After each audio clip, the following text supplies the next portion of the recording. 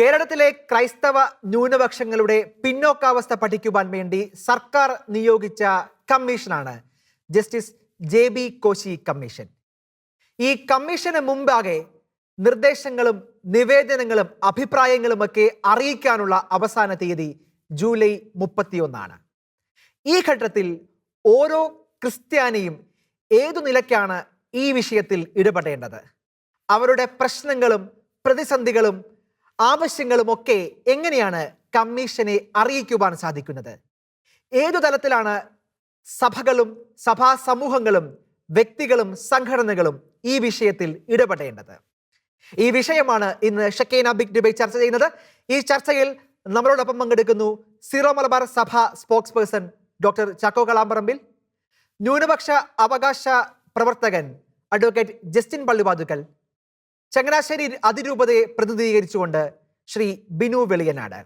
3 പേർക്കും ഈ ചർച്ചയിലേക്ക് സ്വാഗതം.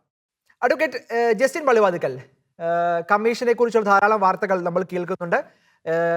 നമ്മൾക്ക് ഏറ്റവും ഒടുവിൽ ലഭിക്കുന്ന വിവരം അനുസരിച്ച് കമ്മീഷൻ അവരുടെ സംവിധാനത്തിൽ ഔദ്യോഗികമായിട്ട് ഈ പ്രവർത്തനങ്ങളുമായിട്ട് മുന്നോട്ട് പോകുന്നു. നിർദ്ദേശങ്ങളും അഭിപ്രായങ്ങളും ഒക്കെ സമർപ്പിക്കാനുള്ള തീയതികളും നമ്മുടെ മുമ്പിലുണ്ട്. ശരിക്കും ഈ ഘട്ടത്തിൽ എങ്ങനെയാണ് ഒരു സഭാവിശ്വാസിക്ക്, ഒരു ക്രൈസ്ത്യാനിക്ക് ഈ വിഷയത്തിൽ എങ്ങനെയാണ് കമ്മീഷനെ ഈ കാര്യങ്ങൾ ശ്രദ്ധയിൽപ്പെടുത്താൻ സാധിക്കുന്നത്? എന്തൊക്കെ സാധ്യതകളാണ് ഇതിന്റെ മുമ്പിലുള്ളത്? ശ്രീ നിതിൻ, ഏറ്റവും കാലിക പ്രാധാന്യമുള്ളൊരു വിഷയമാണ്. കമ്മീഷനെ നിയമിച്ച് അല്പകാലഘട്ടമായെങ്കിലും ജൂലൈ 31 ലാസ്റ്റ് ഡേറ്റ് ആയിട്ട് വന്നിരിക്കുന്നത്. ജൂലൈ 31 5 മണിക്ക് മുമ്പ്, വൈകുന്നേരം 5 മണിക്ക് മുമ്പ് നമ്മുടെ നിർദ്ദേശങ്ങളും മറ്റും സമർപ്പിക്കണമെന്നാണ് ഇപ്പോൾ ആവശ്യപ്പെട്ടിരിക്കുന്നത്. ഇത് ക്രൈസ്തവ സമൂഹം ഒന്നിച്ച്, ക്രൈസ്തവ സമുദായം ഒറ്റക്കെട്ടായിട്ട് ഈ കാര്യത്തിൽ സജീവമായി പ്രവർത്തിക്കേണ്ടതുണ്ട്.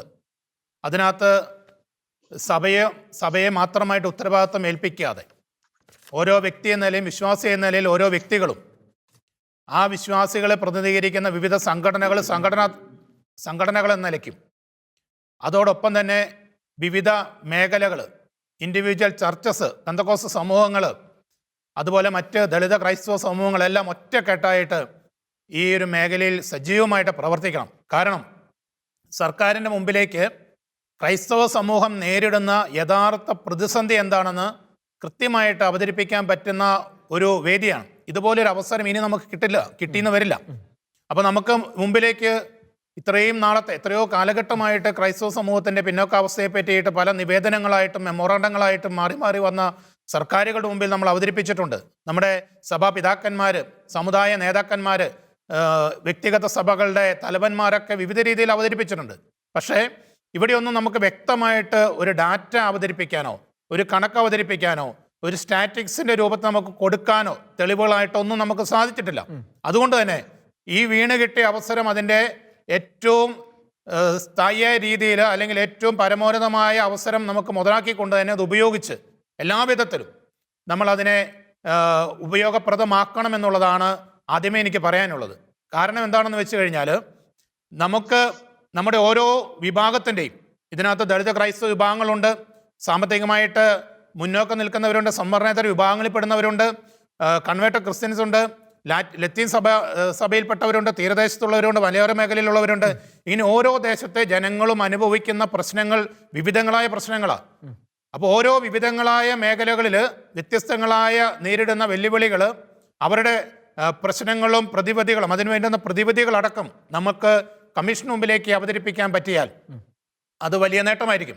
അതോടൊപ്പം തന്നെ ഈ കമ്മീഷനെ നമ്മൾ ചെറുതായിട്ട് കാണരുത്. ഇപ്പം നമുക്കറിയാം, ഒരു ധാരാളം കമ്മീഷൻ നടക്കുന്നില്ലേ? ഈ കമ്മീഷനുകളൊക്കെ സർക്കാരിന് അവിടെ റിപ്പോർട്ട് കൊടുക്കുന്നുണ്ട്, എന്നാൽ ചില റിപ്പോർട്ടുകൾ സ്വീകരിക്കുന്നില്ല. അങ്ങനെയൊക്കെയുള്ള ഒരു ആശങ്കകളും ഈ ഘട്ടത്തിൽ നമ്മൾ ചർച്ചയിൽ വന്നതുമാണ്. അങ്ങനെയൊക്കെയുള്ള ആശങ്കയ്ക്ക് അടിസ്ഥാനമുണ്ടോ? അല്ല, നമ്മൾ അങ്ങനെ ആശങ്കപ്പെട്ടിട്ട് കാര്യമില്ല.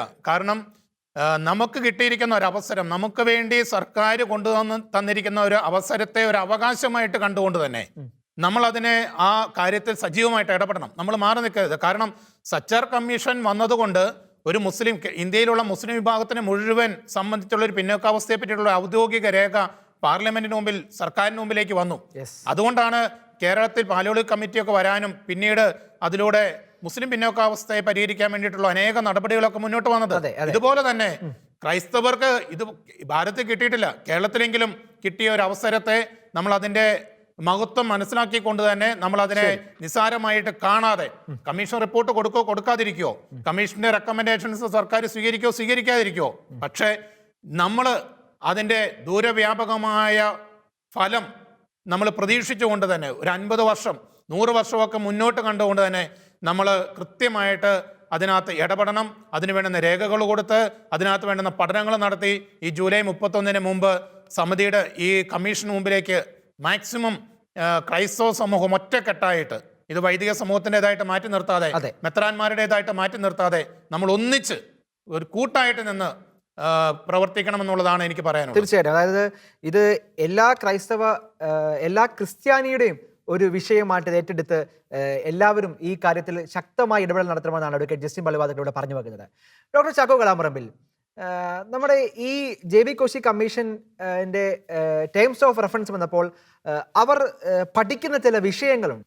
ഞാൻ മനസ്സിലാക്കിയിടത്തോളം ആ വിഷയത്തിൽ ഊന്നി നിന്നുകൊണ്ട് വേണം നമ്മൾ ഈ കാര്യങ്ങൾ കമ്മീഷന്റെ ശ്രദ്ധയിൽപ്പെടുത്തേണ്ടത്. ശരിക്കും ഏതൊക്കെ വിഷയങ്ങളിലാണ് കമ്മീഷൻ ഇടപെടാൻ പോവുക? ഏതൊക്കെ വിഷയങ്ങളിൽ ഓരോ ക്രൈസ്തവർക്കും അവരുടെ ആശങ്കകൾ അറിയിക്കാൻ സാധിക്കും? നല്ലൊരു ചോദ്യമാണ് ഇതിൽ ചോദിച്ചത്. ഇവിടെ ആദ്യം തന്നെ സമുദായങ്ങൾക്ക് ഭരണഘടന അനുശാസിക്കുന്ന തുല്യ നീതിക്ക് വേണ്ടി അത് ഉറപ്പുവരുത്താൻ വേണ്ടിയാണ് JB കോശി കമ്മീഷൻ തന്നെ രൂപപ്പെട്ടിരിക്കുന്നതിന്റെ ഒരു ഭാഗം. അത് സിറോ മലബാർ സഭ നിരന്തരമായിട്ട് സർക്കാരിനോട് ആവശ്യപ്പെട്ടിട്ടുണ്ട്, മറ്റ് സഭകളും ആവശ്യപ്പെട്ടിട്ടുണ്ട്. അപ്പൊ അതിലൊരു മേജർ റോള് തീർച്ചയായിട്ടും സഭകള്, പ്രത്യേകിച്ചും സമുദായാംഗങ്ങളുടെ ആ പരിതാപകരമായ അവസ്ഥ മനസ്സിലാക്കി ചെയ്തിട്ടുണ്ട്. ഇവിടെ JB കോശി കമ്മീഷന്റെ മുമ്പിലേക്ക് അല്ലെങ്കിൽ അവരുടെ ടേംസ് ഓഫ് റെഫറൻസ് പറയുന്ന പ്രധാനമായിട്ട് 3 തലങ്ങളാണ്. ഒന്നാമത്തെ ക്രിസ്ത്യൻ കമ്മ്യൂണിറ്റിയുടെ സാമ്പത്തിക അവസ്ഥ അല്ലെങ്കിൽ സാമ്പത്തിക പിന്നോക്കാവസ്ഥയുണ്ടോ അത് പഠിക്കുക. രണ്ടാമത്തെ വിദ്യാഭ്യാസ മേഖലയിൽ ഈ കമ്മ്യൂണിറ്റി നേരിടുന്ന പ്രതിസന്ധികൾ, ഒരുപക്ഷെ സ്ഥാപനങ്ങളുടെ നടത്തിപ്പിലായാലും അല്ലെങ്കിൽ വിദ്യാഭ്യാസം നേടിയ കുട്ടികൾക്ക് ജോലി കിട്ടുന്ന കാര്യത്തിലായാലും അഡ്മിഷൻ കിട്ടുന്ന കാര്യത്തിലായാലും ആ വിദ്യാഭ്യാസ മേഖലയിൽ നമ്മുടെ കമ്മ്യൂണിറ്റി നേരിടുന്ന പ്രതിസന്ധികളെയും വെല്ലുവിളികളെയും കൃത്യമായിട്ട് എന്താണെന്ന് പഠിച്ച് മനസ്സിലാക്കുക. മൂന്നാമത്തെ ടേംസ് ഓഫ് റെഫറൻസിൽ പറയുന്നത് ഈ സമുദായത്തിന്റെ ക്ഷേമം ഉന്നമനം വെച്ചുകൊണ്ട് എന്തൊക്കെ നടപടിക്രമങ്ങൾ നമ്മൾ സ്വീകരിക്കണം. അപ്പൊ ഒരു സാമുദായിക ക്ഷേമത്തെ ലക്ഷ്യം വെച്ചുകൊണ്ട് മൂന്നാമത്തെ ആസ്പെക്ട്. ഈ 3 മേഖലകളിലാണ് കമ്മീഷൻ ടേംസ് ഓഫ് റെഫറൻസിൽ പഠനവിധേയമാക്കുന്നത്. വിദ്യാഭ്യാസം, സാമ്പത്തികം, ക്ഷേമം, ഈ 3 ഘടകങ്ങൾ. അതെ, ഈ 3 ഘടകങ്ങളിൽ ഊന്നി നിന്നുകൊണ്ട് വേണം നമുക്ക് നമ്മുടെ പ്രശ്നങ്ങളെ അവതരിപ്പിക്കാനായി. ഒന്നുകിൽ വിദ്യാഭ്യാസത്തിന്റെ പരിധിയിലോ അല്ലെങ്കിൽ സാമ്പത്തികത്തിന്റെ പരിധിയിലോ അല്ലെങ്കിൽ ക്ഷേമത്തിന്റെ പരിധിയിലോ എടുത്തുകൊണ്ട് നമ്മുടെ പ്രശ്നങ്ങളെ നമുക്ക് കമ്മീഷന് മുമ്പിൽ അവതരിപ്പിക്കാം. അപ്പോ സമൂഹത്തിന്റെ നമ്മൾ പറയുന്നത് വെറും ക്രിസ്ത്യൻസിന്റെ പ്രശ്നങ്ങൾ മാത്രമല്ല, ക്രിസ്ത്യൻസ് മെജോറിറ്റി താമസിക്കുന്ന പ്രദേശങ്ങളിലെ പൊതു പ്രശ്നങ്ങളെ നമ്മൾ പരിഹരിക്കപ്പെടണമെന്ന് പറയുമ്പോൾ അതുവഴി തന്നെ സ്വാഭാവികമായിട്ട് ഈ സമുദായത്തിന്റെ പ്രശ്നവും പരിഹരിക്കപ്പെടുന്ന സാഹചര്യം ഉണ്ടാവും. അപ്പം നമുക്കൊരു കുറെ കൂടി വിശാലമായ കാഴ്ചപ്പാട് ഇതിനകത്ത് വേണം. നമ്മുടെ ചുറ്റുപാടും താമസിക്കുന്ന ആളുകളും നമ്മൾ ഒരേപോലെ പ്രതിസന്ധി നേരിടുന്ന വിഷയങ്ങളുണ്ട്. അപ്പൊ അത് പൊതുവായിട്ടുള്ള പ്രശ്നങ്ങളുണ്ട്. അതിനെ തീർച്ചയായിട്ടും നമ്മൾ അങ്ങനെ തന്നെ കാണാനായിട്ട് നോക്കണം. തീർച്ചയായും ഞാൻ തിരിച്ചു വരാം. ശ്രീ ബിനു വെളിയനാട്, അങ്ങ് ഈ ഒരു പ്രോസസ്സുമായിട്ട് വളരെ ബന്ധപ്പെട്ട് നിൽക്കുന്നു, രൂപതകളിലും ഈ കാര്യങ്ങളിലൊക്കെ ഇടപെടുന്ന ഒരാളാണ്. ശരിക്കും ഏത് തലത്തിലാണ് ഈ JB കോശി കമ്മീഷനെ നമ്മുടെ രൂപതകൾ സ്വീകരിക്കുന്നത്? ഏതെങ്കിലും ഒരു ഔദ്യോഗിക സംവിധാനത്തിൽ നിന്ന് ഇത്തരം പ്രോസസ്സുകൾ മോണിറ്റർ ചെയ്യപ്പെടുന്നുണ്ടോ? ഇടവകകളിൽ, ഫൊറോണകളിൽ ഒക്കെ ഈ ആശയം എത്തിയിട്ടുണ്ടോ? എങ്ങനെയാണ് ഇടവകകളിൽ ഈ കാര്യങ്ങൾ കൊണ്ടുപോകേണ്ടത്? തീർച്ചയായും നിതിൻ പറഞ്ഞതുപോലെ കേരളത്തിലെ ക്രൈസ്തവ സമൂഹത്തെ സംബന്ധിച്ചിടത്തോളം ചരിത്രപരമായ ഒരു നിയോഗത്തിന്റെ കാലഘട്ടത്തിലൂടെ നമ്മൾ കടന്നു പോവുകയാണ്. അഡ്വക്കേറ്റ് ജസ്റ്റിനും ചാക്കോ സാറും ഒക്കെ അതിനെ സംബന്ധിച്ച് ആമുഖമായി സൂചിപ്പിച്ചു കഴിഞ്ഞു. നമ്മൾ ഇതിനെ എത്രത്തോളം ഗൗരവമായി കാണുന്നു എന്നത് പ്രധാനപ്പെട്ട ഒരു കാര്യമാണ്. ഇതൊരു ജുഡീഷ്യൽ കമ്മീഷനാണ്. ഞാൻ മനസ്സിലാക്കിയിടത്തോളം 2019 ഡിസംബർ 20-ന് അഭിമന്യ പിതാക്കന്മാര് ഏതാണ്ട് 1 ലക്ഷം ആളുകൾ, വിശ്വാസികൾ ഒപ്പിട്ട ഒരു ഭീമ ഹർജി ബഹുമാന്യനായ മുഖ്യമന്ത്രിക്ക് സമർപ്പിക്കുകയുണ്ടായി മുൻ സർക്കാരില്. ആ സർക്കാരിന്റെ തീരുമാനം ഉടൻ തന്നെ ഒന്നും ഉണ്ടായില്ലെങ്കിലും പിന്നീട് സർക്കാരിന്റെ ഏതാണ്ട് അവസാന ഘട്ടമായപ്പോൾ ഒരു ജുഡീഷ്യൽ കമ്മീഷനെ നിയമിക്കാൻ സർക്കാർ തീരുമാനിക്കുകയായിരുന്നു. ഒട്ടനവധി കാര്യങ്ങൾ ആ ഹർജിയിൽ ഉണ്ടായിരുന്നെങ്കിലും അതിലെ ഏറ്റവും പ്രധാനപ്പെട്ട കാര്യം ക്രൈസ്തവരുടെ പിന്നോക്കാവസ്ഥ പഠിക്കുവാൻ ഒരു കമ്മീഷനെ നിയമിക്കണം എന്ന് തന്നെയായിരുന്നു. അതിന്റെ അടിസ്ഥാനത്തിലാണ് നമ്മൾ മനസ്സിലാക്കുന്നത് പോലെ ജസ്റ്റിസ് JB കോശി അധ്യക്ഷനായിട്ടുള്ള 3-അംഗ ജുഡീഷ്യൽ കമ്മീഷനെ 2021 ഫെബ്രുവരി 9 അതിന്റെ ടേംസ് ഓഫ് റെഫറൻസ് വന്നിരിക്കുന്നു. അവരുടെ നിയമനം ഉണ്ടായിരിക്കുന്നു. നിശ്ചയമായും വലിയൊരു പ്രതീക്ഷ നമുക്കുണ്ട്. പക്ഷെ എത്രത്തോളം നമ്മുടെ സമൂഹം ഇതിനെ ഗൗരവമായി കാണുന്നു എന്നത് പ്രധാനപ്പെട്ടതാണ്. എത്ര പേര് ഇത് അറിയാത്ത, ഇപ്പോഴും ഈ കമ്മീഷന്റെ പ്രാധാന്യം അറിയാത്ത ഒത്തിരി ആളുകൾ ഉണ്ടെന്നുള്ളതാണ് യാഥാർത്ഥ്യം. തീർച്ചയായും ഞാനത് മനസ്സിലാക്കുന്നത് 2005 മാർച്ച് 9 ഡോക്ടർ മൻമോഹൻ സിംഗ് പ്രധാനമന്ത്രി ആയിരുന്ന സമയത്ത് കേന്ദ്ര ഗവൺമെന്റ് രജീന്ദ്രൻ സച്ചാർ കമ്മിറ്റിയെ നിയമിക്കുന്നത്. ആ കമ്മിറ്റി ഏതാണ്ട് 20 മാസങ്ങൾ പഠിച്ച് 403 പേജുള്ള അവരുടെ റിപ്പോർട്ട് 2006 നവംബർ 30 ലോക്സഭയുടെ മേശപ്പുറത്ത് സമർപ്പിക്കുകയായിരുന്നു. നമുക്കറിയാം അതിന്റെ അടിസ്ഥാനത്തിലാണ് ആ കമ്മീഷന്റെ സച്ചാർ കമ്മിറ്റിയുടെ നിർദ്ദേശങ്ങളും ശുപാർശകളും എങ്ങനെ നമ്മുടെ രാജ്യത്ത് നടപ്പാക്കണം എന്നതിന്റെ അടിസ്ഥാനത്തിൽ വിവിധ പഠനങ്ങൾ നടന്നു. ഞാൻ മനസ്സിലാക്കുന്നത് കേരളത്തിൽ കാര്യമായി സച്ചാർ കമ്മിറ്റി നേരിട്ട് പഠനങ്ങൾ നടത്തുകയോ ശുപാർശകൾ സ്വീകരിക്കുകയോ ചെയ്തെന്ന് എന്റെ അറിവിലില്ല. എനിക്കൊന്ന് അതുകൊണ്ടായിരിക്കും സംസ്ഥാന ഗവൺമെന്റ് ആ സമയത്ത് ഒരു പൊളിറ്റിക്കൽ കമ്മിറ്റി, അതൊരു ജുഡീഷ്യൽ കമ്മിറ്റി ആയിരുന്നില്ലെന്നാണ് ഞാൻ മനസ്സിലാക്കുന്നത്. പാലളി മുഹമ്മദ് കുട്ടി, അന്നത്തെ തദ്ദേശ സ്വയംഭരണ സ്ഥാപന വകുപ്പ് മന്ത്രിയായിരുന്ന പാലളി മുഹമ്മദ് കുട്ടിയുടെ അധ്യക്ഷതയിൽ 2008 ഫെബ്രുവരി 21 അവരാ ഏതാണ്ട് 37 പേജുള്ള ഒരു കമ്മീഷൻ കമ്മിറ്റി റിപ്പോർട്ട് അവർ സമർപ്പിക്കുകയുണ്ടായി. നമ്മൾ മനസ്സിലാക്കേണ്ടത് ഈ 2008 റിപ്പോർട്ടിന്റെ അടിസ്ഥാനത്തിൽ വളരെ പെട്ടെന്ന് തന്നെ സംസ്ഥാനത്തിന്റെയും കേന്ദ്രത്തിന്റെയും ബഡ്ജറ്റുകളിൽ പണം അനുവദിക്കുകയും അത് പ്രഖ്യാപിക്കുകയും ന്യൂനപക്ഷ ക്ഷേമത്തിന് വേണ്ടി, പ്രത്യേകിച്ച് ആ മതവിഭാഗത്തിന്റെ ക്ഷേമത്തിന് വേണ്ടി പ്രത്യേകമായി അനുവദിക്കുകയും അവരുടെ ജീവിത നിലവാരം ഉയർത്തുന്നതിന്, വിദ്യാഭ്യാസപരമായ സാമൂഹികമായ പിന്നോക്കാവസ്ഥ പരിഹരിക്കുന്നതിന് സഹായകമായി ഏതാണ്ട് 1 ലക്ഷത്തിലേറെ നിവേദനങ്ങളും അപേക്ഷകളും പരാതികളും കമ്മീഷന് മുമ്പിൽ ലഭിച്ചിട്ടുണ്ട്. ജില്ലാ തലത്തിൽ കമ്മീഷൻ സിറ്റിങ്ങുകൾ നടത്തി അവിടെ കാര്യങ്ങൾ അവതരിപ്പിക്കാനായിട്ട് സാധിച്ചിട്ടുണ്ട്. അപ്പൊ ഇതൊരു വളരെ പ്രധാനപ്പെട്ട കാര്യമാണ്. ഈ നിലയിൽ ഇതൊരു ജുഡീഷ്യൽ കമ്മീഷൻ കൂടിയാണ്, സ്വതന്ത്രമായി തീരുമാനമെടുക്കാനുള്ള അധികാരം കൂടിയുള്ള ഒരു കമ്മീഷനാണ്. നിശ്ചയമായും ക്രൈസ്തവർ ഇതിനെ വളരെ ഗൗരവത്തോടു കൂടി കാണണം. വിവിധ തലങ്ങളിലാണ് ഇതിന്റെ പ്രവർത്തനങ്ങൾ നടക്കുന്നതെന്നാണ് നമ്മൾ മനസ്സിലാക്കേണ്ടത്. KCBC പൊതുവായി, പ്രത്യേകിച്ച് കേരളത്തിലെ 3 കത്തോലിക്ക വിഭാഗങ്ങളുടെയും ഇതര ക്രൈസ്തവ സമൂഹങ്ങളുടെയും നോൺ എക്യൂമെനിക്കൽ സഭകളുടെയും ഒക്കെ അടിസ്ഥാനത്തിൽ നിവേദനങ്ങൾ സമർപ്പിക്കുന്നതിനും പൊതുവായ ധാരണകൾ ഉണ്ടാക്കുന്നതിനും മെമ്മോറാണ്ടങ്ങൾ തയ്യാറാക്കുന്നതിനുള്ള ക്രമീകരണങ്ങൾ നടത്തുന്നു. സീറോ മലബാർ സഭയുടെ അടിസ്ഥാനത്തിൽ സീറോ മലബാർ സഭയുടെ പബ്ലിക് അഫയേഴ്സ് കമ്മീഷൻ അഭിമന്യ ആൻഡ്രോസ് താഴത്തെ പിതാവും അഭിമന്യ തോമസ് തറയിൽ പിതാവിന്റെ നേതൃത്വത്തിൽ അതുമായി ബന്ധപ്പെട്ട കാര്യങ്ങൾ വളരെ കാര്യമായി നടന്നു വരുന്നു. ഒപ്പം തന്നെ രൂപതാ തലത്തിൽ നടക്കുന്നുണ്ട്. ഇത് ഫൊറോന തലത്തിലേക്കും ഇടവക തലത്തിലേക്കും അവിടെ നിന്ന് കുടുംബ കൂട്ടായ്മ തലത്തിലേക്കും ഫാമിലി യൂണിറ്റുകളിലേക്കുമാണ് ഇപ്പോൾ ചർച്ചകൾ നടന്നുകൊണ്ടിരിക്കുന്നത്. വളരെ കാര്യമായ ഒരു ചർച്ചയാണ് നടക്കുന്നത്. അഡ്വക്കേറ്റ് ജസ്റ്റിൻ പള്ളിവാതിക്കൽ, ഒരു ക്രൈസ്തവനെ സംബന്ധിച്ചിടത്തോളം ഈ ഒരു പ്രോസസ്സിന്റെ എങ്ങനെയാണ് ഈ പ്രോസസ്സിന്റെ ഭാഗമാകാൻ സാധിക്കുക? ഈ നിലയ്ക്കുള്ള നിവേദനങ്ങൾ, പെറ്റീഷൻസ്, ഇത് എങ്ങനെയാണ് നമ്മൾ ഈ കമ്മീഷനെ അറിയിക്കുന്നത്? അത് എങ്ങനെയാണ്, ആ ഒരു പ്രോസസ്സ് എങ്ങനെയാണ്? ഇതിനെ ഇത് വളരെ സിസ്റ്റമാറ്റിക് ആയിട്ടുള്ള ഒരു ഫോർമുല അവർ അവരുടെ വിജ്ഞാപനത്തെ തന്നെ അത് ഉൾപ്പെടുത്തിയിട്ടുണ്ട്. ഗസറ്റിൽ തന്നെ അത് വന്നിട്ടുണ്ട്. നമ്മൾ വ്യക്തിപരമായിട്ട്, ഞാൻ ആദ്യമേ പറഞ്ഞു, വ്യക്തിപരമായിട്ട്, സമൂഹങ്ങളായിട്ട്, പല കൂട്ടായ്മകളുടെ നേതൃത്വത്തിൽ, സംഘടനകളുടെ നേതൃത്വത്തിൽ, അതോടൊപ്പം തന്നെ സഭകളുടെ നേതൃത്വത്തിലൊക്കെ നമുക്ക് നിവേദനങ്ങൾ കൊടുക്കാം. ഓരോ നിവേദനങ്ങൾക്കും തുല്യ പ്രാധാന്യമാണ് കമ്മീഷൻ കൊടുക്കുക. ഓരോന്നും അവർ വിശദമായിട്ട് പഠിക്കും. അതായത് നമ്മൾ കൊടുക്കുന്ന എല്ലാ നിവേദനങ്ങളും അവരുടെ സംവിധാനത്തിൽ അവർ രേഖപ്പെടുത്തി തന്നെ സൂക്ഷിക്കും. തീർച്ചയായിട്ടും ഒരു കിട്ടുന്ന സിംഗിൾ നിവേദനം പലരും ചോദിക്കുന്നുണ്ട്, ഇതൊക്കെ വായിച്ചു നോക്കുമോ എന്നൊക്കെ ചോദിക്കുന്നുണ്ട്. അങ്ങനെയല്ല, എല്ലാത്തിനും കൃത്യമായി ഡോക്യുമെന്റഡ് ആണ്, എല്ലാം രേഖപ്പെടുത്തിയിട്ടുണ്ട്. എല്ലാ കാര്യങ്ങളും അവിടെ വായിക്കപ്പെടുകയും അത് നോട്ട് ചെയ്യപ്പെടുകയും ചെയ്യും. അങ്ങനെയാണ് മനസ്സിലാക്കുന്നത്. തീർച്ചയായിട്ടും ഓരോ അതിനുള്ള സ്റ്റാഫും സംവിധാനങ്ങളും എല്ലാം ഉണ്ട്. അതുകൊണ്ട് തന്നെയാണ് നമ്മൾ അയക്കുമ്പോൾ 3 കോപ്പി, 3 കമ്മീഷൻ മെമ്പേഴ്സാണ് ഉള്ളത്. 3 പേർക്ക് ഒരു കോപ്പി അയക്കണം. അതുകൂടാതെ അത് മെയിലായിട്ട് അയക്കണം. മെയിലായിട്ട് അയക്കുമ്പോൾ അത് തെളിവാണ്.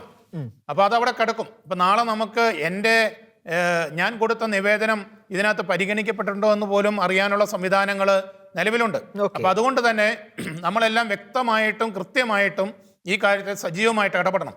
ഇത് പല രീതിയിൽ നമുക്ക് ഗുണം ചെയ്യും. നമ്മൾ ആദ്യം മനസ്സിലാക്കേണ്ടത്, ഞാൻ മാറി നിൽക്കരുത്. ഇപ്പം ഈ അടുത്ത ദിവസങ്ങളിലൊക്കെ ഞാനിങ്ങനെ യാത്ര ചെയ്യുമ്പോൾ പലരോടും ചോദിക്കും, കോശി കമ്മീഷന്റെ നിവേദനവുമായിട്ട് ബന്ധപ്പെട്ട് എന്തെങ്കിലും ചെയ്തോ, നിങ്ങൾ കൊടുത്തോ, പ്രിപ്പയർ ചെയ്തോ എന്നൊക്കെ ചോദിക്കുമ്പോൾ പലരും ആദ്യമായിട്ടാണ് ആ സംഭവത്തെ പറ്റി കേൾക്കുന്നത്.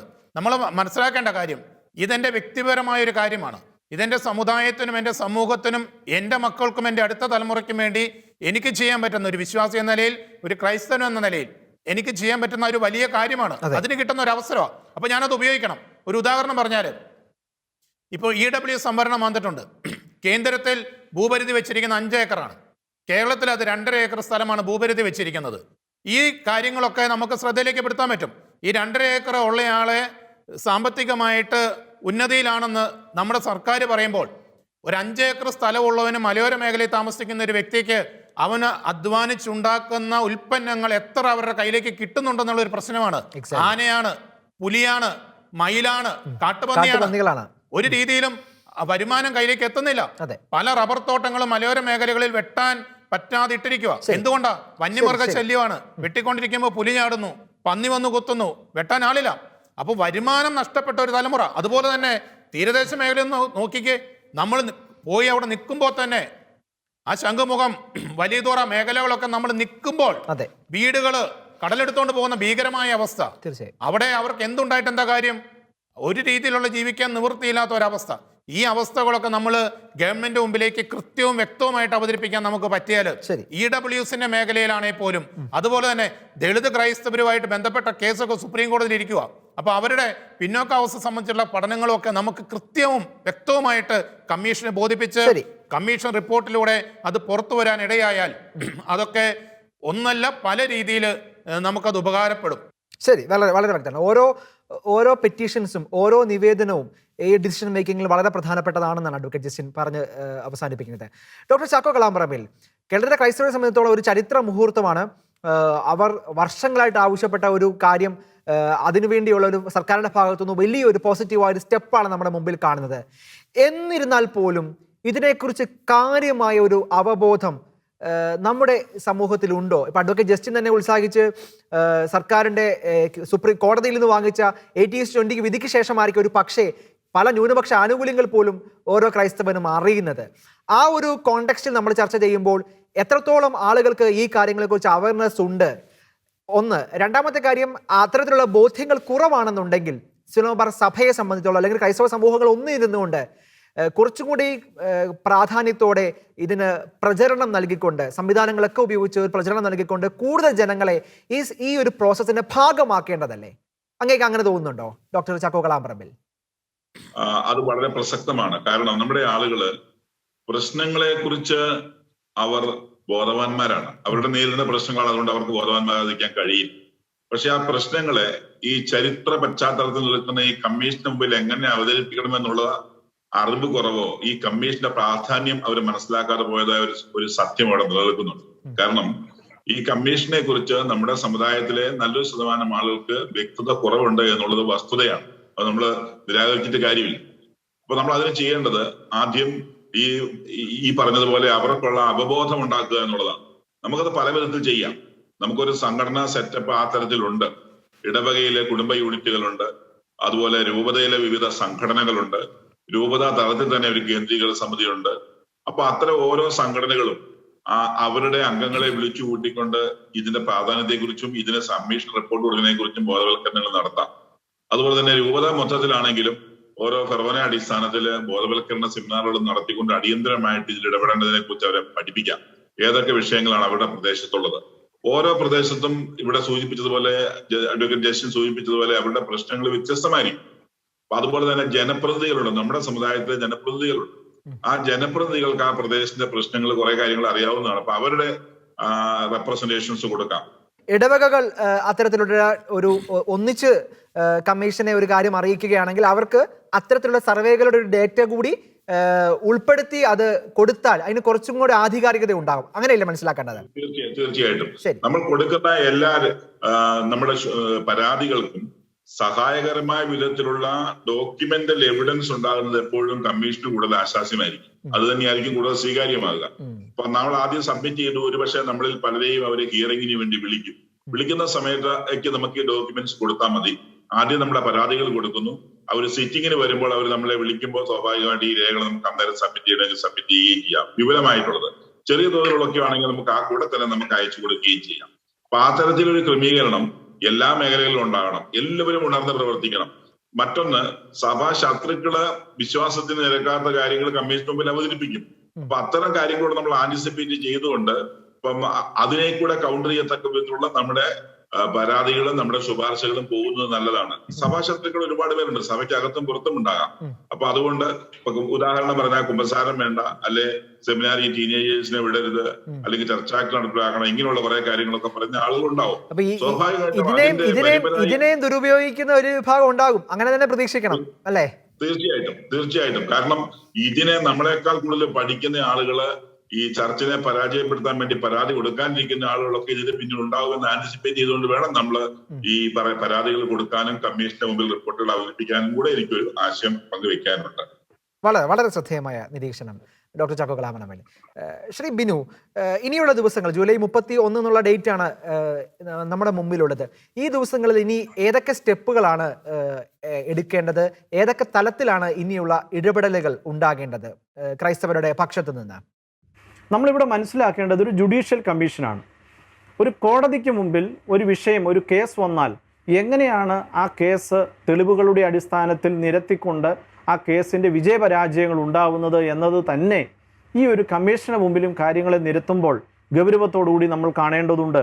ഏതെങ്കിലും കാര്യങ്ങൾ വസ്തുതാവിരുദ്ധമായി അവതരിപ്പിക്കുന്നതിലല്ല കാര്യം. കൃത്യമായ കാര്യങ്ങൾ വസ്തുതകളുടെ അടിസ്ഥാനത്തിൽ, തെളിവുകളുടെ അടിസ്ഥാനത്തിൽ സമർപ്പിക്കാൻ സാധിക്കണം. ഏതെങ്കിലും സർക്കാർ ഉത്തരവുകൾ, സർക്കുലറുകൾ നമ്മുടെ സമുദായ അംഗങ്ങൾക്ക് ദോഷകരമായി സംഭവിക്കുന്നുണ്ടോ ഉണ്ടെങ്കിൽ ആ ഉത്തരവുകളുടെ കോപ്പി സമർപ്പിക്കണം. അതുപോലെ തന്നെ നമ്മുടെ സമുദായത്തിൻ്റെ ചില അംഗങ്ങൾ പ്രാദേശികമായി നേരിടുന്ന ഏതെങ്കിലും പ്രശ്നങ്ങളുമായി ബന്ധപ്പെട്ട കാര്യങ്ങൾ, അത് കൃത്യമായ പത്രവാർത്തകൾ, ദൃശ്യ ശ്രാവ്യ മാധ്യമങ്ങളുടെ റിപ്പോർട്ടുകൾ നമുക്ക് തെളിവുകളായിട്ട് ഉപയോഗിക്കാം. ഒപ്പം തന്നെ നമ്മുടെ സമുദായവുമായി ബന്ധപ്പെട്ട് ചില പ്രത്യേക സാഹചര്യങ്ങൾ, ചില പ്രത്യേക ഇടങ്ങളിലുള്ള പ്രശ്നങ്ങളുമായി ബന്ധപ്പെട്ട ഏതെങ്കിലും കേസ് സ്റ്റഡികൾ, പ്രോജക്റ്റ് റിപ്പോർട്ടുകൾ ഉണ്ടെങ്കിൽ അത് ഉപയോഗിക്കാം. സംസ്ഥാന ഗവൺമെൻറ്റിൻ്റെ തന്നെ അല്ലെങ്കിൽ കേന്ദ്ര ഗവൺമെൻറ്റിൻ്റെ തന്നെ വിവിധ വകുപ്പുകൾ നടത്തിയിട്ടുള്ള സർവേ റിപ്പോർട്ടുകൾ തെളിവുകളായിട്ട് ഉപയോഗിക്കാം. അപ്പോൾ ഇത്തരം കാര്യങ്ങളുടെ പിൻബലത്തോടു കൂടി കാര്യങ്ങളെ അവതരിപ്പിക്കുമ്പോഴാണ് അതിനൊരു വ്യക്തമായ അടിത്തറയുണ്ടാവുക, അടിസ്ഥാനമുണ്ടാവുക. അഡ്വക്കേറ്റ് ജസ്റ്റിൻ പള്ളിവാതിക്കൽ, ഇവിടെ രണ്ടാം ഘട്ടത്തിൽ നമ്മൾ പറഞ്ഞപ്പോൾ അങ്ങ് തന്നെയാണ് പറഞ്ഞത്, യുവജനങ്ങൾക്ക് ഏറ്റവും കൂടുതൽ സാധ്യതകൾ, കാരണം ഇനിയുള്ള തലമുറയ്ക്കാണ് ഇതിൻ്റെ ഏറ്റവും കൂടുതൽ സാധ്യതകൾ. പക്ഷേ നമ്മുടെ യുവജന പ്രസ്ഥാനങ്ങളും ഒക്കെ ഇത്തരത്തിലുള്ള കമ്മീഷന്റെ സാധ്യതകൾ വേണ്ട വിധത്തിൽ മനസ്സിലാക്കിയിട്ടുണ്ടെന്ന് എനിക്ക് വ്യക്തിപരമായിട്ട് തോന്നുന്നില്ല. തീർച്ചയായിട്ടും അങ്ങ് യുവജനങ്ങളിടയിൽ പ്രവർത്തിക്കുന്ന ഒരാൾ കൂടിയാണ്, യുവജനങ്ങളുടെ പ്രതിനിധിയായിട്ട് തന്നെ അങ്ങേ വിശേഷിപ്പിക്കുകയാണ് എനിക്ക് വ്യക്തിപരമായിട്ട് ഇഷ്ടം. എങ്ങനെയാണ് യുവജനങ്ങൾ ഈ കമ്മീഷനോട് പ്രതികരിക്കേണ്ടത്? ഏതൊക്കെ തലത്തിൽ അവർക്ക് അവരുടെ പ്രശ്നങ്ങൾ, പ്രതിസന്ധികളൊക്കെ ഈ കമ്മീഷന്റെ മുമ്പിൽ അറിയിക്കാനുള്ള സാധ്യതകളുണ്ട്? ഇതിന് എനിക്ക് തോന്നുന്ന ഈ ചർച്ചയിൽ ഏറ്റവും പ്രധാനപ്പെട്ട ഒരു ചോദ്യമാണ്, ഏറ്റവും അത്യാവശ്യമായിട്ട് ഉയർത്തേണ്ട ഒരു ചർച്ചാ വിഷയമാണിത്. കാരണം അങ്ങ് പറഞ്ഞതുപോലെ തന്നെ നമ്മുടെ യുവജനങ്ങളിൽ നല്ലൊരു ശതമാനം ആളുകളും ഈ ഒരു വിഷയത്തിൽ വേണ്ടത്ര ഇടപെടുന്നില്ല എന്നുള്ളത് എനിക്കൊരു പരിഭവമായിട്ടുണ്ട്. എന്നാൽ ഒരു വിഭാഗം സജീവമായിട്ട് ഇടപെടുന്നുമുണ്ട്. എന്നാൽ കേരള ക്രൈസ്തവ സമൂഹത്തിലെ യുവജനങ്ങൾക്ക് അവരുടെ ശക്തി തെളിയിക്കാൻ, അവരുടെ പ്രവർത്തനം ഈ ലോകത്തിനു മുമ്പ് വെളിപ്പെടുത്തി കൊടുക്കാൻ ഇതിലും നല്ലൊരു മേഖല, ഒരവസരം എനിക്ക് കിട്ടില്ല. കാരണം ഓരോ മേഖലയിലുമുള്ള യുവജനങ്ങൾ, ഇപ്പോൾ കത്തോലിക്ക സഭയെ സംബന്ധിച്ച് പറയുകയാണെങ്കിൽ ഇടവകകൾ കേന്ദ്രീകരിച്ച് പ്രവർത്തിക്കുന്ന യുവജന സംഘടനകളാണ് KCYM പോലെയുള്ള സംഘടനകൾ. ആ KCYMലെ യുവജനങ്ങൾക്ക് ആ ഇടവക അതിർത്തിയിൽ വരുന്ന ക്രൈസ്തവ കുടുംബങ്ങൾ വേർതിരിവില്ലാതെ, കത്തോലിക്കനെന്നോ മറ്റ് പ്രൊട്ടസ്റ്റന്റ് സമൂഹങ്ങളെന്നോ വേർതിരിവില്ലാതെ ഓരോ കുടുംബങ്ങളിലും കയറി ഇറങ്ങി ഡാറ്റ കളക്ട് ചെയ്ത് വ്യക്തിപരമായിട്ട് അവരെ ഈ നിവേദനം കൊടുക്കാൻ സഹായിക്കുന്നതോടൊപ്പം തന്നെ ഗ്രൂപ്പായിട്ട് അത് കളക്ട് ചെയ്ത് കൊടുക്കാൻ വേണ്ടുന്ന സഹായങ്ങളും ചെയ്തുകൊണ്ട് ഇടവകകളിൽ തങ്ങളുടെ പ്രവർത്തനം ഉണ്ട്, ഞങ്ങൾ ഇപ്പോഴും സജീവമായിട്ട് നമ്മുടെ മേഖലകളുണ്ട് എന്ന് തെളിയിക്കാൻ പറ്റുന്ന ഏറ്റവും നല്ലൊരു സാഹചര്യമാണ്. കാരണം നമ്മുടെ യുവജനങ്ങളിൽ 99.99% യുവജനങ്ങളും, ക്രൈസ്തവ യുവജനങ്ങളും വിദ്യാഭ്യാസപരമായിട്ട് മുന്നിൽ നിൽക്കുന്ന യുവജനങ്ങളാണ്. അഭ്യസ്ത വിദ്യരാണ്, നല്ല പ്രൊഫഷണൽ ക്വാളിഫിക്കേഷൻ ഉള്ളവരാണ്. അവർക്ക് ചെയ്യാൻ പറ്റുന്ന അത്രയും ഈ സമൂഹത്തിൽ മറ്റാർക്കും ചെയ്യാൻ വേണ്ടി പറ്റില്ല. നമ്മുടെ യുവജനങ്ങളാണ് ഉണരണം. നമ്മുടെ യുവജനങ്ങൾ ഉണർന്നാൽ നമ്മൾ ഇത് വളരെ മനോഹരമായിട്ട് വളരെ സിസ്റ്റമാറ്റിക്കായിട്ട് ഇന്ന് വരെ ഈ ഭാരതത്തിലോ ഈ ലോകത്തിലോ ഒരാളും കൊടുത്തിട്ടില്ലാത്ത രീതിയിൽ കമ്മീഷന് മുമ്പിലേക്ക് നിവേദനങ്ങൾ കൊടുക്കാൻ നമ്മുടെ യുവജനങ്ങൾക്ക് പറ്റും. അപ്പം നമ്മുടെ യുവജനങ്ങളെ ഉണർത്തണം, അവരുണരണം, അവർക്ക് അതിന് വേണ്ടുന്ന ബോധ്യങ്ങൾ കൊടുക്കണം, അവരെ മുൻനിരയിലേക്ക് പിടിച്ചുകൊണ്ട് വരണം, അവരെ ഉത്തരവാദിത്തങ്ങൾ ഏൽപ്പിക്കണം. ഓക്കെ, ഈ ചർച്ചയുടെ ഏറ്റവും അവസാന ഘട്ടം ഡോക്ടർ ചാക്കോ കലാപറമ്പിൽ എന്താണ് അങ്ങേക്ക് പറയാനുള്ളത്? ഇവിടെ നമ്മള് വളരെ ചരിത്രപരമായിട്ടുള്ള അവസ്ഥയാണ് ഇപ്പൊ നമുക്ക് എത്തിച്ചേർന്ന് നിൽക്കുന്നത്. അത് ദൈവം നൽകിയ ഒരു നിയോഗം പോലെ ഞാൻ കാണുകയാണ് ഈ സമുദായത്തെ. കാരണം 2008 സച്ചാർ കമ്മിറ്റിയെ തുടർന്ന് വന്ന പാലോളി കമ്മിറ്റി മുസ്ലിം പിന്നോക്കാവസ്ഥയെ കുറിച്ച് പഠിച്ച് അതിനുള്ള നടപടിക്രമങ്ങൾ സ്വീകരിച്ചു. തുടർന്ന് ഒരു 11, 12, 13 വർഷത്തിന് ശേഷമാണ് ക്രൈസ്തവ സമൂഹത്തെ കുറിച്ച് പഠിക്കാനായിട്ട് നിരവധി നിലവിളികൾ ഉയർന്നപ്പോൾ ഇത്തരം ഒരു കമ്മീഷൻ നമുക്ക് രൂപപ്പെട്ടത്. ആ കമ്മീഷൻ ഒരു ജുഡീഷ്യൽ കമ്മീഷനാണ്, ആഭ്യന്തര വകുപ്പിന്റെ കീഴിലുള്ളതാണ്. അവിടെ നമ്മൾ നമ്മുടെ പ്രശ്നങ്ങളെ, നമ്മൾ കരഞ്ഞുകൊണ്ടിരിക്കുന്നതിനപ്പുറത്തേക്ക് നമ്മുടെ പ്രശ്നങ്ങളെ കൃത്യമായും വ്യക്തമായ രേഖകളുടെ പിൻബലത്തോടെ അവതരിപ്പിക്കേണ്ട സമയമാണ്. അതിന് നമ്മുടെ സമുദായത്തിലെ എല്ലാ വിഭാഗങ്ങളും, അത് നമ്മുടെ എല്ലാ റൈറ്റുകളുടെയും അപ്പുറത്തേക്ക് കടന്ന്, ഇപ്പൊ ഞാൻ ഉദാഹരണം പറഞ്ഞു കഴിഞ്ഞാൽ KCYM ഉണ്ട്, കത്തോലിക്ക കോൺഗ്രസ് ഉണ്ട്, കാറ്റക്കിസം ടീച്ചേഴ്സ് ഉണ്ട്, അതുപോലെ നവീകരണ മുന്നേറ്റക്കാരുണ്ട്, പാസ്റ്റർ കൗൺസിൽ ഉണ്ട്, മാതൃവേദിയുണ്ട്, കുടുംബ കൂട്ടായ്മയുണ്ട്, അതുപോലെ തന്നെ മദ്യവിരുദ്ധ സമിതികളുണ്ട്, ലേബർ മൂവ്മെന്റുകളുണ്ട്, പ്രോ ലൈഫ് പ്രവർത്തനങ്ങളുണ്ട്, കോർപ്പറേറ്റ് ഏജൻസികളുണ്ട്, നമുക്ക് ഫാമിലി അപ്പസ്റ്റോലേറ്റുകളുണ്ട്, ദീപിക ഫ്രണ്ട്സ് ക്ലബ് പോലുള്ള സംവിധാനങ്ങളുണ്ട്, വിൻസെന്റി പോലുണ്ട്, ചെറുപുഷ്പ മിഷൻ ലീഗ് ഉണ്ട്. അങ്ങനെ നിരവധി സംഘടനകളുണ്ട് നമ്മുടെ. അവരെല്ലാം അതാത് മേഖലകളിൽ ബന്ധപ്പെട്ട വിഷയങ്ങളെ അഡ്വക്കേറ്റ് ജസ്റ്റിൻ സൂചിപ്പിച്ചതുപോലെ നമ്മുടെ ഈ സാമ്പത്തിക ക്ഷേമ വിദ്യാഭ്യാസ മേഖലകളിലേക്ക് സമന്വയിപ്പിച്ച് വെച്ചുകൊണ്ട് കൃത്യമായ രേഖകള്, പരാതികള്, മെമ്മോറാണ്ടങ്ങൾ തയ്യാറാക്കി കൊടുക്കണം. അതോടൊപ്പം തന്നെ രൂപതാ തലത്തിലും ഇടവക തലത്തിലും കുടുംബ യൂണിറ്റ് തലത്തിലും കാര്യം നമ്മൾ പറഞ്ഞു കഴിഞ്ഞു. അപ്പൊ ഇതെല്ലാവരും സടകുടഞ്ഞെറിഞ്ഞേക്കേണ്ട സമയമാണ്. ഒരു മാസമാണ് നമ്മുടെ മുമ്പിലുള്ളത്. അറിഞ്ഞില്ലയോ എന്നുള്ളതൊന്നും ഒരു വിഷയമല്ല. വരും തലമുറയ്ക്ക് വേണ്ടിയുള്ള ഒരു കരുതലാണ്. ഒരു നിവർത്തന പ്രക്ഷോഭം പോലെ ഇതിനെ നമ്മൾ മാറ്റിയെടുക്കുവാൻ നമുക്ക് സാധിക്കുമ്പോഴാണ് നമുക്ക് ഇവിടെ എന്തെങ്കിലും ഒരു ഔട്ട്പുട്ട് ഉണ്ടാകുക. പിന്നീട് നമ്മൾ അനേകം പ്രാവശ്യം പരിതപങ്ങൾ കാണിച്ചുകൊണ്ട് കാര്യമില്ല. അപ്പൊ സ്വാഭാവികമായിട്ടും നമ്മൾ ഒത്തൊരുമയോടെ നിന്ന് വിവിധങ്ങളായിട്ടുള്ള പ്രദേശങ്ങളുടെ പ്രശ്നങ്ങളെ അഡ്രസ് ചെയ്യണം. ഒപ്പം ഞാൻ ചേർത്ത് വെക്കാൻ ആഗ്രഹിക്കുന്ന ഒരു കാര്യം, ഗവൺമെന്റിന്റെ കുടുംബാസൂത്രണ മാർഗങ്ങളെ നമ്മൾ പൂർണ്ണമായും ഒബേ ചെയ്യുകയും രാജ്യത്തിന്റെ നിയമങ്ങളെ അനുസരിക്കുകയും ചെയ്തത് വഴി നമുക്ക് വന്നിരിക്കുന്ന ഒരു പരിധി വരെ അതിന്റെ കൂടെ ഒരു കാരണമാണ് നമുക്ക് നേരിട്ടുകൊണ്ടിരിക്കുന്ന വംശനാശം. അതായത് ബർത്ത് റേറ്റ് 12-13% താഴ്ന്നു, ഡെത്ത് റേറ്റ് 20% നിൽക്കുന്നു. ഈ കമ്മ്യൂണിറ്റി അന്യം നിന്ന് പോകുന്ന ഒരു സാഹചര്യത്തിലേക്ക് വരുന്നു. അത് വളരെ പ്രധാനപ്പെട്ട ഒരു കാര്യമാണ്. ഇപ്പൊ നമുക്ക് പല ഇടവകളിൽ നമുക്ക് കാണാൻ കഴിയും, ഇപ്പൊ കുടുംബങ്ങളിൽ അംഗങ്ങളില്ലാത്തതിന്റെ പേരിൽ 10,000 കുടുംബങ്ങൾ ഉണ്ടായിരുന്ന ഇടവകളിൽ 500-600 ഒക്കെ ആയി ചുരുങ്ങി. ചിലപ്പോൾ ഒരു കുട്ടിയായിരിക്കും അതിനെ പറഞ്ഞയച്ച, പെൺകുട്ടിയാണെ പറഞ്ഞയച്ചു കഴിഞ്ഞാൽ അത് തീർന്നു, പിന്നെ മാതാപിതാക്കൾ പ്രായമായി. അങ്ങനെ ആ വംശനാശത്തിന്റെ അവസ്ഥ കൂടി നമ്മുടെ ഇടവകളുടെ കേന്ദ്രീകൃതമായ സ്റ്റാറ്റിസ്റ്റിക്സ് എടുത്തുകൊണ്ട് നമ്മൾ കൊടുക്കണം. രാജ്യത്തിന്റെ നിയമം അനുസരിച്ചുകൊണ്ട് നമുക്ക് സംഭവിച്ച ഒരു പരിധി വരെ സംഭവിച്ച ഒരു അപജയവും അതിനകത്തുണ്ട്. അതുകൊണ്ട് രാജ്യത്തിന് കടപ്പാടുണ്ട്. മൈനോറിറ്റി ആയിട്ടുള്ള ക്രിസ്ത്യൻസിനെ സംരക്ഷിക്കുക എന്നുള്ളത് തുല്യത ഉറപ്പുവരുത്തിക്കൊണ്ട് ഈ വംശനാശം നേരിട്ട് കൊടുക്കുന്ന സമൂഹത്തെ സംരക്ഷിക്കാൻ രാജ്യത്തിന്റെ നിയമമാണ്, അല്ലെങ്കിൽ രാജ്യത്തിന്റെ കടപ്പാടാണ്, ഭരണഘടന അനുശാസിക്കുന്ന വലിയൊരു അവകാശമാണ്. അത് നടപ്പിലാക്കാനായിട്ട് കൂടി നമ്മൾ ഇതിനകത്ത് പ്രത്യേകമായിട്ട് ശ്രദ്ധ ചെലുത്തേണ്ടതുണ്ട്. അപ്പൊ നമ്മളൊരു മൈനോറിറ്റി കമ്മ്യൂണിറ്റിയാണ്. ആ മൈനോറിറ്റി വീണ്ടും മൈനോറിറ്റി ആയിക്കൊണ്ട് വംശനാശത്തിലേക്ക് പോകുമ്പോൾ നമുക്ക് എങ്ങനെ അതിനെ തിരിച്ചു പിടിക്കാനായിട്ട് സാധിക്കും എന്നുള്ളത് കൂട്ടായി ചിന്തിക്കുകയും പ്രവർത്തിക്കുകയും കമ്മീഷന് മുമ്പിൽ അവതരിപ്പിക്കുകയും ചെയ്തുകൊണ്ട് വരും തലമുറയ്ക്ക് വേണ്ടി നിലകൊള്ളുവാൻ നമ്മൾ ഓരോരുത്തരും തയ്യാറാകുമ്പോൾ തീർച്ചയായിട്ടും ഈ കമ്മിറ്റിയുടെ പ്രവർത്തനങ്ങൾ കൂടുതൽ ഫലദായകമാകും. സമുദായം കൂടുതൽ വ്യക്തമായിട്ടുള്ള ഒരു ദർശനത്തോടു കൂടി മുമ്പോട്ട് പോകും. അതിന്റെ ഈ ഒരു അന്യതാബോധം അവസാനിക്കും എന്നതാണ് എന്റെ കാഴ്ച. വളരെ വളരെ വളരെ വ്യക്തമാണ് ഡോക്ടർ ചാക്കോ കലാപറമ്പിൽ. ഈ ചർച്ചയിൽ പങ്കെടുത്ത പാനലിസ്റ്റുകൾ പറഞ്ഞതുപോലെ ഓരോ ക്രൈസ്തവന്റെയും മുമ്പിലുള്ള ഒരു സുവർണാവസരമാണ് ജസ്റ്റിസ് JB കോശി കമ്മീഷൻ. പക്ഷേ കമ്മീഷനെ സഹായിക്കാനുള്ള ഉത്തരവാദിത്തം ഓരോ ക്രിസ്ത്യാനിക്കും ഉണ്ട് എന്ന കാര്യം ഷെക്കേന ബിഗ് ഡിബേറ്റ് ഈ ഘട്ടത്തിൽ ഓർമ്മിപ്പിക്കുന്നു. വരും തലമുറയുടെ ഭാവിക്കു വേണ്ടി, അവരുടെ സുസ്ഥിരതയ്ക്കു വേണ്ടി, അവരുടെ ക്ഷേമത്തിനു വേണ്ടിയുള്ള കരുതലാണ് ജസ്റ്റിസ് JB കോശി കമ്മീഷന്റെ ഓരോ നിർദ്ദേശങ്ങളും.